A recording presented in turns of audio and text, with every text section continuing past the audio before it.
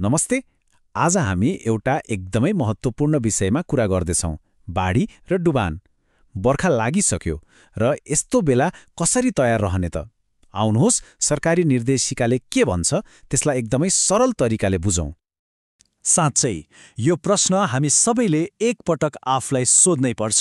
जब बाढी आउँछ, के हामी साँच्चै तयार छौँ त? किनभने हेर्नुस्, मनसुनको बेला पूर्व तयारी भनेको नै आफ्नो र आफ्नो परिवारको सुरक्षा हो।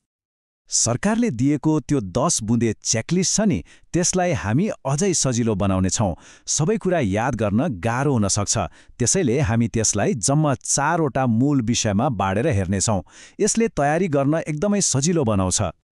ल सुरु गरौँ हाम्रो पहिलो र सायद सबैभन्दा महत्त्वपूर्ण पिलरबाट, सम्पर्क र सूचनाको तयारी।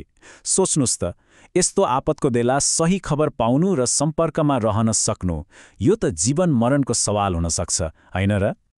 हो, यस्तो बेला हाम्रो हातमा भएको मोबाइल फोन यो सामान्य डिभाइस मात्रै रहँदैन, यो त हाम्रो लाइफलाइन बनिदिन्छ। त्यसैले केही कुरा एकदमै महत्त्वपूर्ण छन्।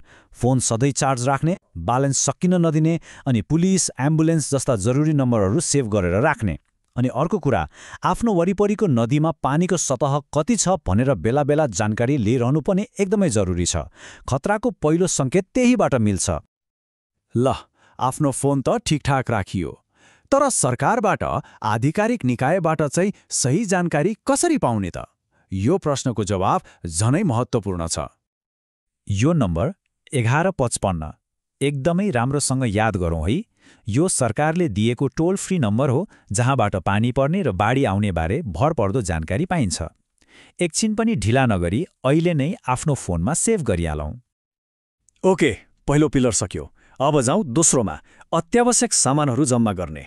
किनभने सही सामानहरू साथमा हुँदा विपदको समयमा अरूको भर पर्नु पर्दैन, र यसले साँच्चै ठूलो फरक पार्छ। यसलाई भनिन्छ विपदको झोला वा गो ब्याग। मतलब एउटा यस्तो झोला जुन पहिले नै तयार पारेर राख्ने। केही भइहाल्यो भने झोला टिप्ने अनि तुरन्तै सुरक्षित ठाउँतिर लाग्ने। यो झोला घरको सबैले देख्ने र भेट्टाउने ठाउँमा हुनु पर्यो। अब प्रश्न आउँछ, यो झोलामा राख्ने चाहिँ के त? हेर्दा सामान्य लाग्छन्, तर यी चिजहरू ज्यान बचाउने खालका छन्।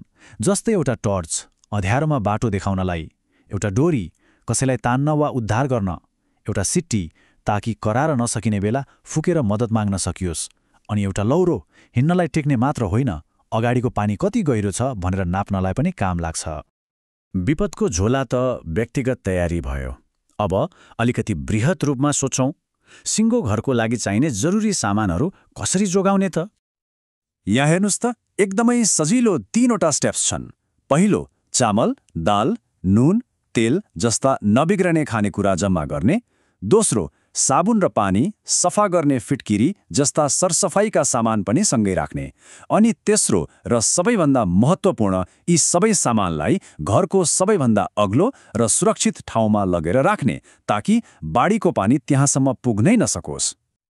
अब हाम्रो तेस्रो पिलरमा लागौँ, जुन हो महत्त्वपूर्ण सम्पत्तिको सुरक्षा। किनभने बाढी त घटेर जाला, तर त्यसपछिको जीवन फेरि सुरु गर्न चाहिने चिजहरू जोगाउनु पनि त उत्तिकै जरुरी छ। यहाँ एउटा चेकलिस्ट जस्तै छ। हेर्नुस् त, हाम्रो भविष्यसँग जोडिएका कुराहरू जस्तै नागरिकता, लालपूर्जा, लाइसेन्स, अनि आर्थिक सुरक्षाका लागि नगद र गरगहना, र स्वास्थ्यको लागि नियमित खानुपर्ने औषधिहरू। यी कुराहरूलाई कुनै हालतमा पनि व्यवस्था गर्नु भएन। अनि यति महत्त्वपूर्ण कुराहरूलाई जोगाउने तरिका कति सजिलो छ हेर्नुहोस् त।